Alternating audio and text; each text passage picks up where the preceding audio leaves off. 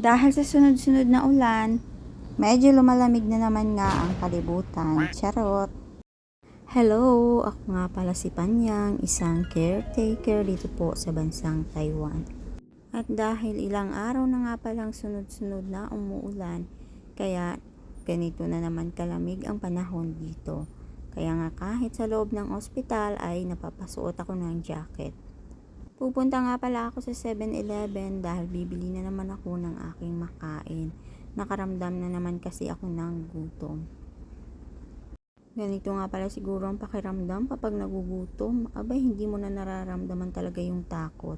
Pero minsan, alam niyo ba, kapag sumasakay ako ng elevator, yung parang napapanood ko sa horror na may kasama ka, tapos yung pala ay hindi tao yung kasama mo. Yung parang mga ganun.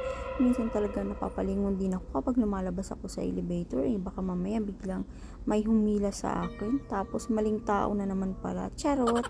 At nakasakay na nga pala ako sa elevator, mga panyang ko. Abay, wala talagang katao-tao. 2:00 ba naman ang madaling araw.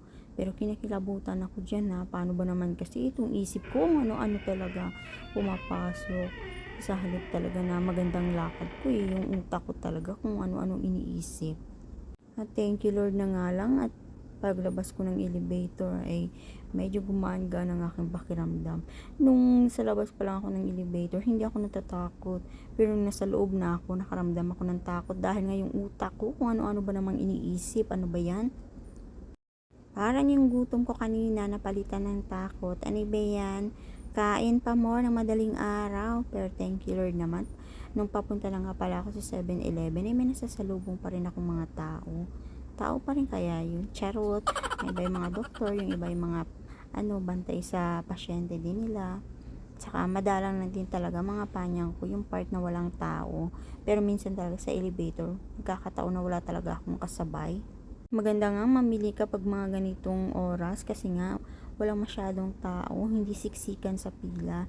Bumili nga lang pala ako ng mainom dyan at saka konting biskwit. Pero hindi na nga pala ako bumili ng biskwit dahil marami akong biskwit.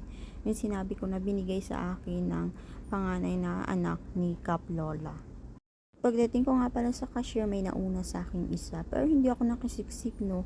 Kasi alam ko yung pakiramdam ng inaagawan. Charot! So, yun naman po today's video. Maraming salamat po sa panonood.